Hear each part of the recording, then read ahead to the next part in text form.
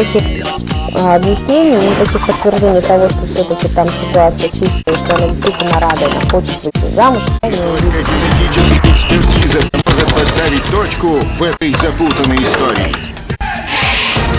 Кто может являться отцом ребенка?